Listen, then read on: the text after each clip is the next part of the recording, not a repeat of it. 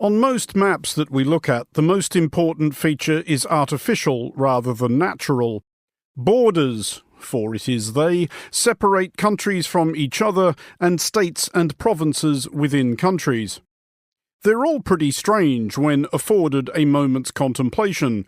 You can be standing on one particular patch of earth, subject to one set of laws, observant of one set of traditions, speaking one language and spending one currency, and you might only need to walk a few meters to find yourself somewhere completely different. There are few more stark, surreal examples than the 196-kilometre land border between Norway and Russia. Between, that is, a founder member of NATO and the menace that NATO was formed to defend Europe against. All things considered, it has been a remarkably open border. Russian tourists were not locked out until this past May. Now, however, Norway is considering following Finland's lead and fencing the border off. It is arguable that borders are becoming more fashionable, not less. Most of Europe is now a signatory to the Schengen Agreement, which renders borders more or less meaningless for the purposes of travel and commerce. However, Germany, though a Schengen country, reimposed land border controls in September in a bid to appear to be doing something about irregular migration. In the UK, the cause of Brexit was won on a promise to control Britain's borders, illusory though that has proved. Is our maintenance of borders merely bureaucratic, or does it go deeper than that? How difficult is it to move or maintain them, and how do we decide whether they should be opened or closed? This is the Foreign Desk. 10-15 years ago, the people in the town where I grew up, they would just travel a few kilometers across the border on a Friday night for drinks, and then go back. Before the border closed, there was substantial cross-border traffic. While we are now almost back to the border that I learned now in the 1980s, almost completely sealed off. Culturally, we like each other. Many choose to live there whilst working in Gibraltar. Politics of space extend beyond what is a geopolitical scene. And Spain is a very accommodating country, I have to say. And so it's not like we don't like each other, it's that it's a contested territory situation. The 1984 Inuviat land claim settlement region follows the Canadian maritime border in the Beaufort Sea. What are the interests of the indigenous populations on the Alaska side? So I think that is going to require a certain innovative thinking, but it could also be a major stickling point, particularly if we see a Trump administration coming into power. You're listening to The Foreign Desk. I'm Andrew Muller. Well, I'm joined first of all here in the studio by Jonn Elledgem, columnist and author of A History of the World in 47 Borders, the stories behind the lines on our maps. Jonn, fundamentally, do you think we spend enough time contemplating just how weird borders are? So I'm coming at this from a very British perspective. I think growing up on an island, you sort of don't realise, firstly, that they're a fairly universal human experience, which is absent for most of British life, which is how we managed to fall out of the European Union, forgetting we had a common land border with it. And we also forget how changeable and how recent they are. I mean, the UK has its origins in England, obviously, which has basically existed in its current land for about 1,000 years. That's very old. That's very unusual. And we sort of pretend a lot of the changes that have happened since, like the fact that a chunk of the United Kingdom fell out 102 years ago, we sort of pretend that never really happened and Ireland was never really inside the country in the first place. So certainly on this island, I think we do kind of forget a lot of the absurdities of them. I think elsewhere in the world you probably have a rather more direct experience of them. There is obviously the utopian ideal, which often gets espoused usually by people with very little understanding of how the world actually works or how people actually think, and who may at one point in their lives have been a member of the Beatles. And it's easy to see how people get seduced by that idea, but we need them though, right? We can't organise the entire world as one body politic. I think we do certainly need something. Insofar as, you know, it doesn't have to be a nation state, but any political unit basically exists to kind of provide a certain set of services and take a certain amount of tax from the people within it. To do that, you need to define who the people within it are, and therefore you need to kind of draw a line between us and them, the people outside. Now, that line can be It can be more of a kind of grey zone. That tended to be the way with a lot of the empires of the ancient world. They didn't have hard lines like we do now. They kind of fade out instead. It can be a soft border, of the sort you might get in, say, the Benelux countries, where it's almost invisible. Or it can be a much harder line of the sort we're seeing in Eastern Europe at the moment.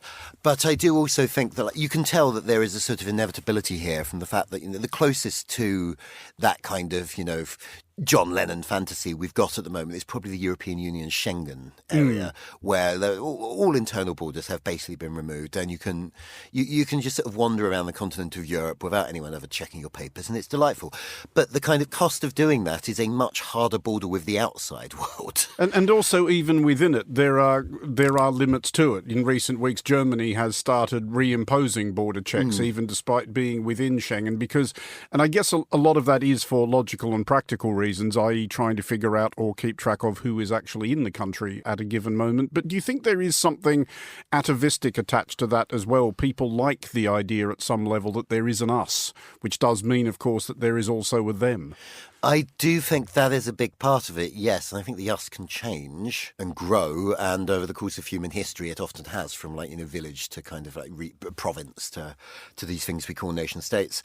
And maybe in Europe that will continue. But yes, it does kind of seem to be a fairly fundamental thing. I think it's almost from coming out of tribes in the primal forests of Africa. You kind of needed to know who was safe and who wasn't. So I do think there is a very deep-rooted thing there that we do struggle to get over. When you were researching your book, did you run across any particular borders that you just found, for whatever reason, incredibly annoying and or silly? I don't think annoying and silly are necessarily the same thing, because a lot of the sillier ones are the ones that I really enjoyed, but they're actually, in some ways, they're quite reassuring. So the one everyone talks about is the town of Bala in the southern Netherlands, which is actually two towns, Bala-Hertog, which is Belgian, and Bala-Nassau, which is Dutch. And there's lots of little packages of Belgium inside the Dutch border, and then within that there are a couple of packages of the Netherlands within the Belgian bits. And it all actually works out rather well. They kind of agreed to cooperate on a lot of the local services. They've got a lot of silly rules about, if you move your front door, you can switch what country you're in. The police officers have to go round in pairs so that they know they always have authority, whichever territory they happen to be in. But it actually works rather well. Probably the one I find most interesting, that also kind of makes me angriest, dates back to that famous moment in geopolitics, the Uganda-Sudan Border Commission of 1913. We speak of little else. We do. But in which, both of those territories at the time were protectorates of the British Empire, but under very different political structures. Uganda was just kind of a fairly normal colonial territory. Sudan we were running as a condominium with Egypt, which was still part of the Ottoman Empire, and we were pretending had not been swallowed by the British. But there was these two British officers, Captains Kelly and Tufnell, were sent out to survey this border, and each of them had a local team with them. One of these guys was, proper sort of stiff upper lip, noblesse oblige. No, we're going to do right by the locals. We're going to survey this border properly. We're going to find out where the tribal lands are. We're going to spend as long as it takes, and we're going to do a damn good job. And the other one was exhausted and just wanted to go home. And he was just yeah, it's fine. Let's just put the border here. This will do. And we have extensive diaries from the former of these guys telling the story of the relationship between the two of them just collapsing over the period of about a month, until the more tired one just gives up and goes home. And the other one trundles on his own with his local team for a while, but eventually he gives up too. And you can still see this on the map to this day. If you kind of look at this border, which is now actually not just between those two countries, it's between several others, but you can follow it, and it starts out in the west very, very detailed and very intricate. And the further east you go, the greater the sort of the sweeps of these kind of curves, and eventually the last bit's just a straight line, because he never bothered surveying it. He just gave up. And it's just astounding to me that, this very personal relationship between these two men, genuinely their interpersonal relationship more than a century, is still visible on the map of Africa today. And you find things like that all over the planet. That's infuriating. Jonn Elledgem, thank you. That was Jonn Elledgem, author of A History of the World in 47 Borders, the stories behind the lines on our maps. You're listening to The Foreign Desk.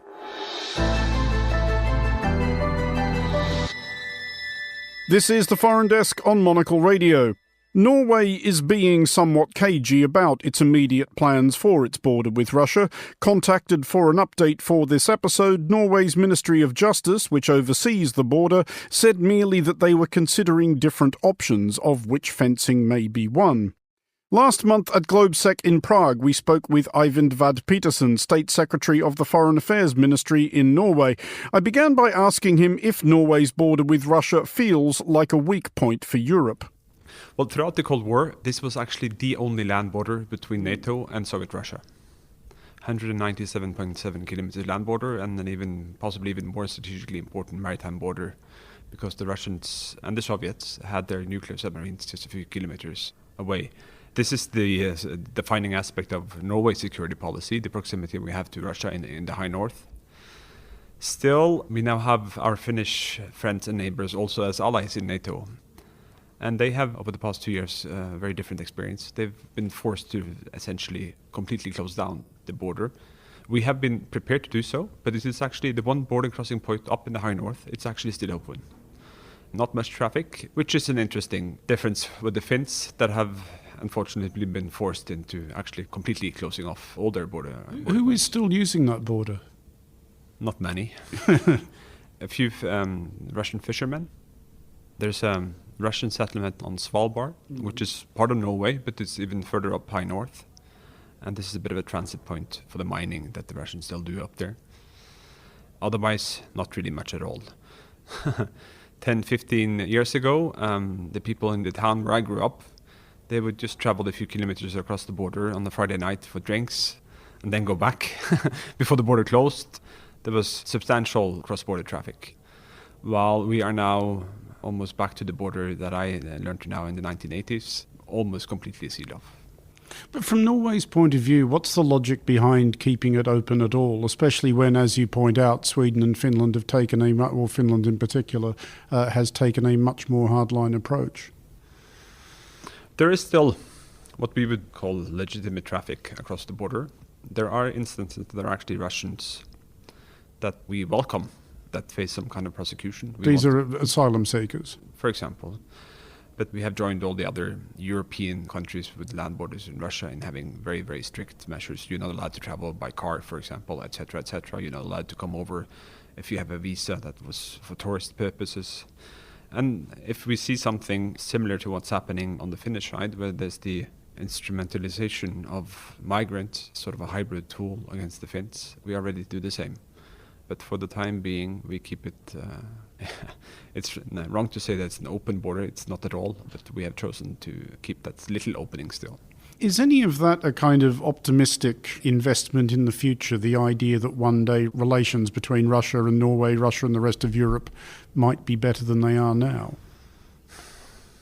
It's hard to make predictions, especially about the future. But if we take a look back at the last century, the relations across this border has changed many, many times. It's a unique fact in World War II history that this area of Norway was under Nazi occupation and was sort of the northernmost part of the eastern flank, essentially. A lot of the Litze front, vis-a-vis Murmansk.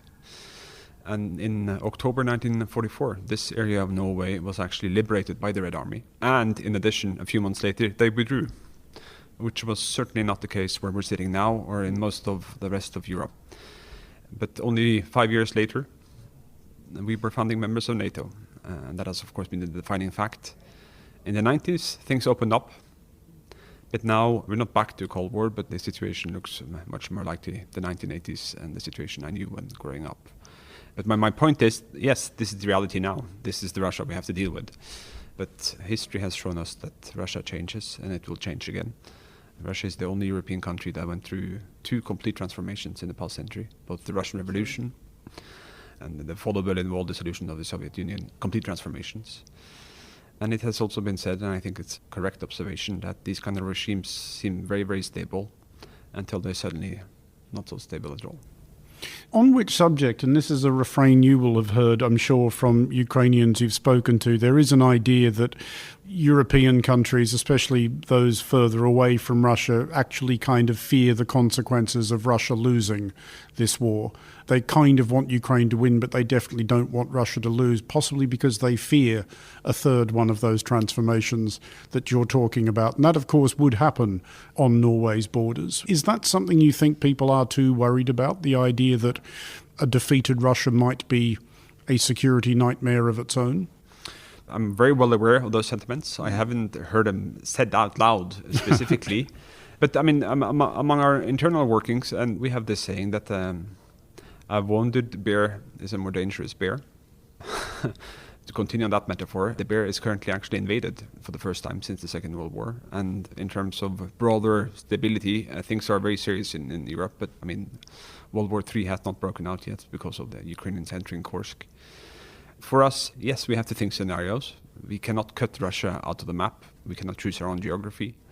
But the overriding and completely number one priority is that Russia must not succeed. The Ukrainians must win this war. In terms of our security, our allies' security, that's by far the number one priority. While we wait for that to happen, and just going back to such relationships as there still are with Russia, the joining of NATO by Sweden and Finland, Norway's neighbours, has that changed the way that relations work in the Arctic? Does that now look like everybody versus Russia? Well, you would hear Russians not say out loud, but thinking at least, I'm sure, that that's been the case for a long time. Sweden and Finland have not really been neutral. I mean, they have been EU members now for 3 decades. We are very, very close, and as a sort of a Nordic family of countries as well. In terms of our security, this is the exception proving the rule being that things have moved in a negative direction. Our security is improved by having Sweden and Finland as allies in the immediate neighborhood on the Scandinavian peninsula in Northern Europe. But in terms of broader Arctic governance, Norway is currently the chair of the Arctic Council. That's a somewhat challenging job, but we keep working to make sure that the structures we have, that they actually survive this period as well. Any business as usual with this current Russian regime is completely out of the question, but we cannot escape the fact that look at the world from on top. It's apparent from the map and the globe that Russia is and will always be a very, very important Arctic nation. And we share the border with them as well, so we have to deal with them in some sense. While our bilateral relationship, the relationship of Sweden and Finland, of course, has been transformed when it comes to Russia because they chose war of aggression. That was Eivind Vad Petersen, State Secretary of Foreign Affairs in Norway, speaking to us at Globsec in Prague. You're listening to The Foreign Desk with me, Andrew Muller. There are few stranger borders than the one that divides Spain from the British overseas territory of Gibraltar. At least until a tunnel was opened last year, it could only be crossed when no flights were coming or going from Gibraltar's airport, due to the necessity of driving or walking across the runway. And the border may be about to become contentious once again. I'm joined now by Dr. Jennifer Ballantyne Pereira, historian and director of the Gibraltar Garrison Library. Jennifer, first of all, can you tell us a bit about what the border is like now and whether Brexit, which Gibraltar voted overwhelmingly against, made any difference at all to how things operate at the frontier? Oh, that's an interesting question because, you know, the border has been brought on and off over the years. So it's historical, not just in the present. The volume is great all the time because of the cross-border workers, and there is a steady flow.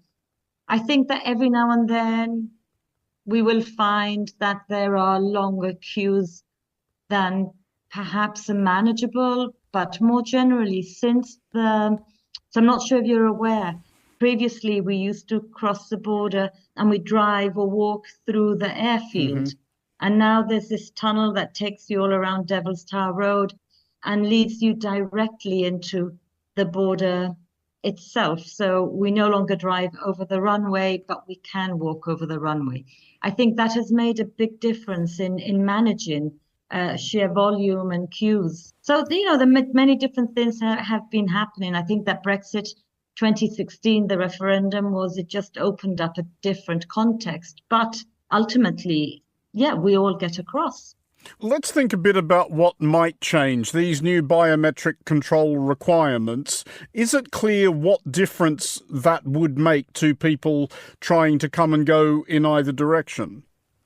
I think that because we haven't experienced this as yet, you know, talking just to my family, friends, colleagues who will come in from Spain because they live there but work in Gibraltar, it's a big unknown at present. And they are concerned about whether there'll be extra delays, whether they'll get in late for work, because, you know, technology works brilliantly a lot of the times, but should it not, would that impact on their ability to get to work on time? and to get back home at the end of the day. So they're very human responses to what is at present an unknown. There has been speculation, as I'm sure you'd be aware, that it would mean some physical presence of the Spanish state on Gibraltar's territory, whether that's customs guard, whether that's soldiers, asking people why they're coming or going. Would that be completely unacceptable to people on Gibraltar and to Gibraltar's government? It's difficult to know because we don't know enough about the treaty that is being negotiated between Gibraltar and Spain and Britain. So there are a number of issues, but all that we know is what we read in the papers. As you've suggested, I think they're referred to as boots on the ground, has often been mentioned in the newspapers, but nobody's really seen what the terms of the treaty are.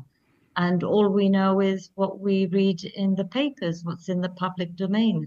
I'm guessing that, given the border, given Gibraltar as a British overseas territories and the exit from Europe, that there would be concern. That border was closed from 1969 to 1982, I think I'm right in saying, but if my maths is right as well, there's been 42 years of history since then.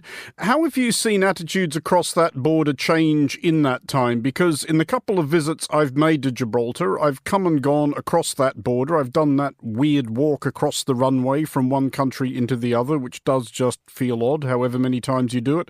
But I was struck speaking to the actual people who live on both sides of that border, as opposed to their governments, that there was a complete lack of animosity between local Spaniards and Gibraltarians. Everybody seemed entirely relaxed with the present situation.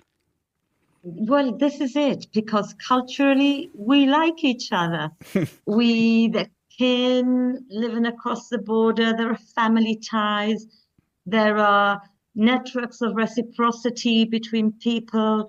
And at the level, I agree with you completely.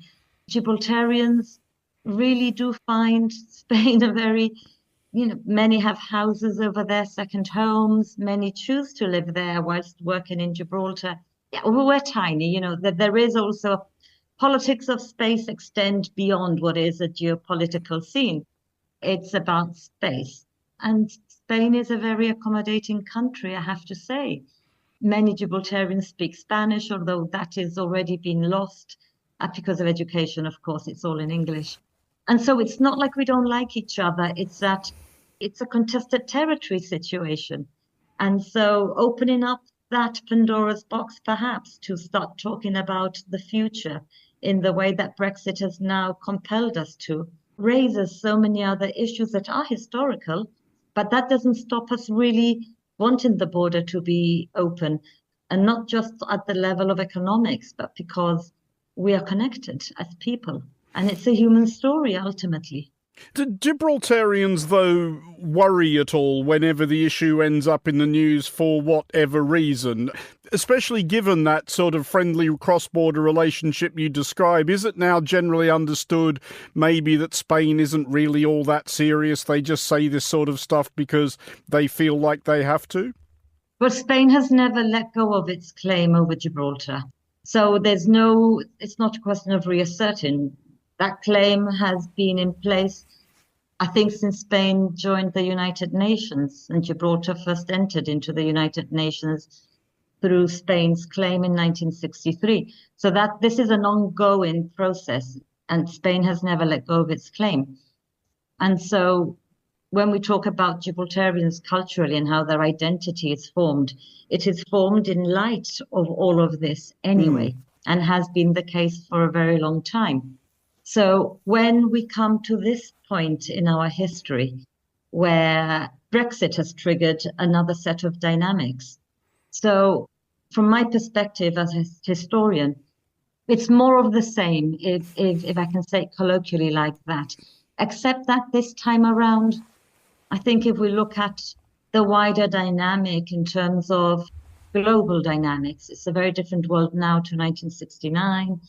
Constitutionally, Gibraltar is far more devolved from the UK, has its own economy, is not dependent. It's a very different world.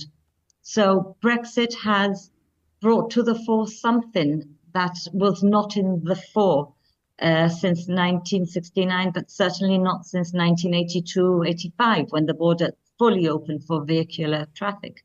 And so it's more about these demons revisiting from the past. It's like a phantom.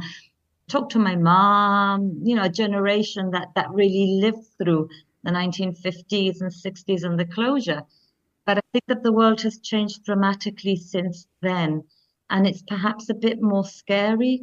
And the fact that we are still in this position after I don't know how many years of negotiations, that brings a certain degree of uncertainty as well into the dynamic.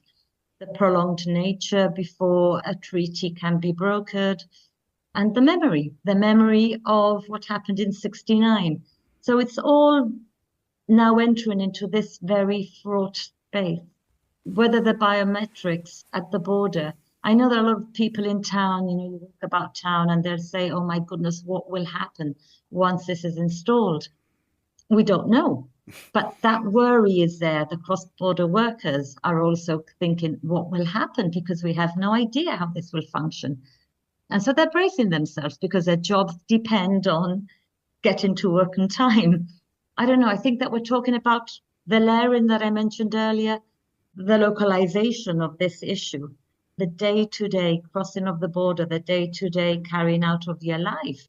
And then there's that that meta level, which is a meta level where negotiations are taking place, where political discourse and diplomatic discourse takes place. But a lot of people are concerned about the day-to-day and the immediate impact that will have on their lives, irrespective of whether a treaty is brokered or not. Jennifer Ballantyne-Pereira in Gibraltar, thank you very much for joining us on the Foreign Desk.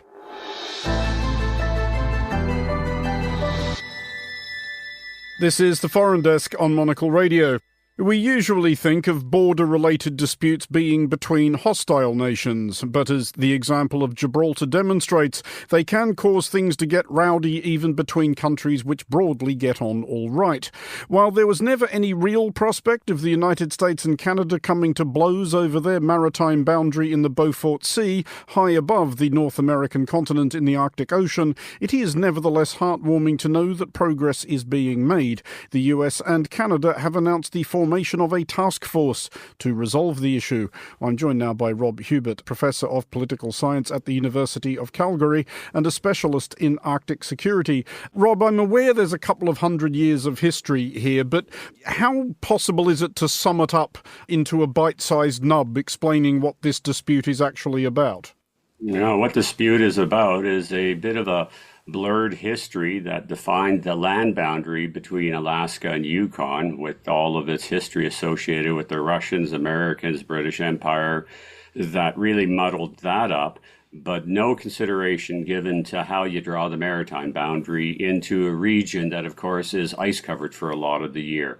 And so the reality is the maritime boundary that extends northward from the land boundary never was a high priority for either the American or the Canadian government. And as such, the disagreement on how to draw it has more or less been left in abeyance because the two countries have been able to basically cooperate on other key issues in the area. If that is the case, then why not just leave it as it is? Well, there's a couple of changing elements that go beyond the boundary. One of them, of course, is being brought on of the impacts of climate change. The ice cover that I talk about is, of course, being transformed literally as the ice is receding and raises the possibility of economic activity within the region. The other factor, of course, is the changing geopolitical nature. Given the hostility that is now developing between Russia and the other Arctic nations, I think that there's a little bit of degree of pressure to try to ensure that Canada and the United States no longer have the irritant of this border dispute, to ensure that our enemies aren't able to exploit that in some manner or another. You call it an irritant, but is it really? Does the fact that the border is where it is cause either the United States or Canada any particular angst?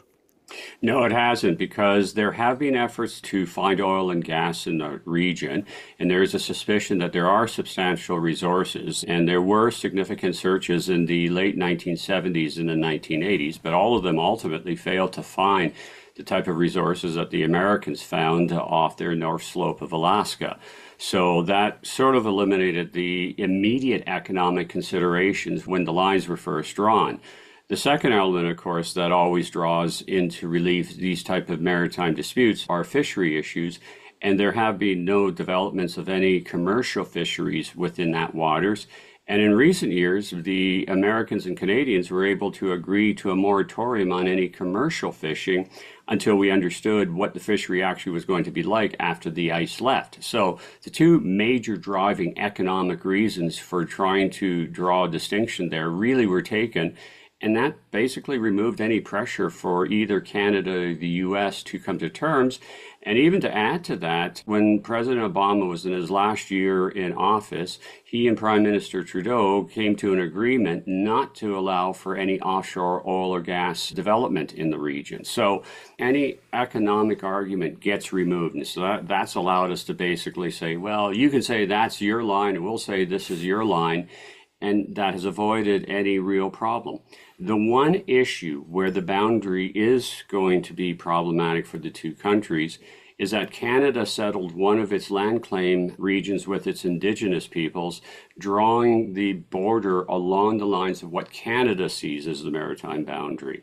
Now, again, because of the good relationships that existed between Canada and the U.S. at the time of the agreement, which was back in 1984, never made any issue about it. There's no real claim of the United States saying you can't do that, that's beyond. And so as a result, on fishing, on oil and gas, and even on the very challenging issue of how the state is dealing with its Indigenous populations, you haven't seen any real large politicization of what often goes along with these type of boundary disputes. So what do we understand about this task force that has been set up? Who are the people who get to decide where a maritime boundary should be? Well, one presumes it's going to be the various maritime boundary experts from both the State Department and from the Canadian Foreign Affairs Office, which is now called Global Affairs Canada. The one thing, though, that is very clear is that on the Canadian side, at a minimum, and I suspect the same discussions are being held on the American side, you do have to somehow allow for the incorporation of those Indigenous peoples who have the agreement with Canada. Indigenous treaty rights are protected in Canada by the Constitution.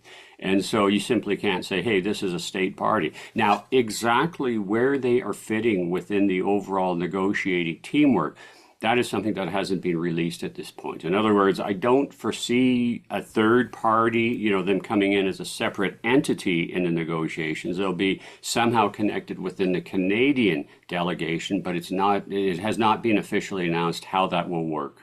Is it anticipated that there will be any sticking points, like things about which there is genuine contention? This is an issue which has been allowed to slumber for a couple of centuries. There may be something that rears up that everybody had forgotten about? Well, I mean, of course, anytime that you draw a boundary that has resource development, such as fisheries or oil and gas, going into the future, that is always a sensitive issue. You always see people saying, okay, well, we don't want to needlessly give up resources that we could benefit from. Even if you have the political orientation, as you do with our government, that says you don't want oil development right now because you're trying to transition to a more green economy. So that's always a possibility. But I think the thing that's going to be interesting is watching how the land claim settlement region, how that boundary was drawn. And in fact, it even extends past what international law had allowed Canada to do. And this is one of the big questions that, of course, is going to have to be answered, because the 1984 Inuviat land claim settlement region basically follows the Canadian maritime border in the Beaufort Sea, but it extends all the way up to the North Pole. And Canada does not have, even the 200-mile EEZ does not extend up to the North Pole. So it's going to be interesting how that part is worked in. Do we have a renegotiation of the 84 land claim settlement region? Is it just something that supersedes whatever Canada and the United States agree to, what happens, what are the interests of the indigenous populations on the Alaska side. So I think that is going to perhaps require a certain innovative thinking, but it could also be a major stickling point within the United States, particularly if we see a Trump administration coming into power, which of course has a different view than what the Democrats have in terms of the role of Canadian Indigenous people, as witnessed from the agreement that Obama and Trudeau had entered into. Do you anticipate this being a big story in Canada, or will the people charged with dealing with this be allowed to go about their work in peace? I mean, normally you say Canadian Arctic sovereignty, and particularly when you say American challenges to it, that does have the potential of creating a lot of media outcry. However, if we look back, we did settle the one land issue we had in the Arctic, and we had a dispute with the Danish officials over an island off the coast of Greenland. And that negotiations was handled very quietly. It was done very effectively. And once Canada and Denmark made up their mind that all they needed to do is draw a line down the middle, which is in effect what they did, that was resolved. And there was no real media outcry or anything of the sort following it. So there is the possibility that this can be negotiated quietly on the merits of the case. There is going to be the issue, as I said, in terms of what you do with the 1984, or the boundaries decided within the 1984 Western Nunavut land claim settlement region. That could be politicized. And, I mean, let's be honest, in this era, we always have to be aware that there are huge misinformation campaigns being employed by both the Chinese and the Russians to do anything to cause discord amongst Western allies. And so we could have the potential that one way or another that this becomes targeted. I don't know how you would exactly do that, but again, if one would have been able to have seen the distrust that has now been created between states following the October 7th crisis in the Middle East last year, again, we can see the efficiency of some of these campaigns. So that remains a possibility, as it does for any type of dispute that is being negotiated. Just finally, and I ask this because we did speak a while back to the Danish foreign minister who negotiated that agreement and thus averted conflict between Canada and Denmark. But basically, there's not really any prospect of a rerun of the War of 1812 here? No.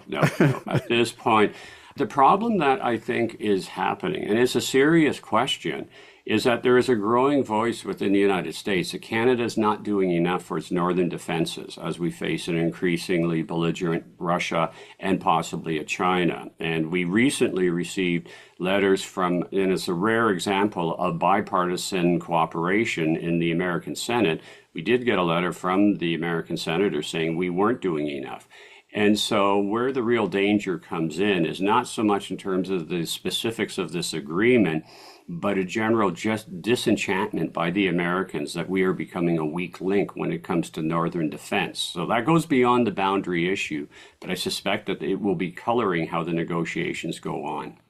Rob Hubert at the University of Calgary, thank you for joining us.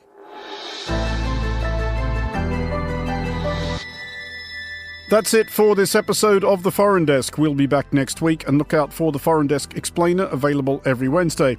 The Foreign Desk was produced by Chris Chermak and Christy O'Grady. Christy also produces The Foreign Desk Explainer. Christy leaves us for the next while to do something probably at least as complicated, exhausting and bewildering as corralling a foreign affairs programme every week. We all look forward to meeting Mini Christy in due course. To contact the Foreign Desk team, you can email chris@cc@monocle.com, and don't forget to subscribe to Monocle magazine and to our free daily email bulletins by heading to our website at monocle.com. From me, Andrew Muller, thanks very much for listening. Until next time, goodbye.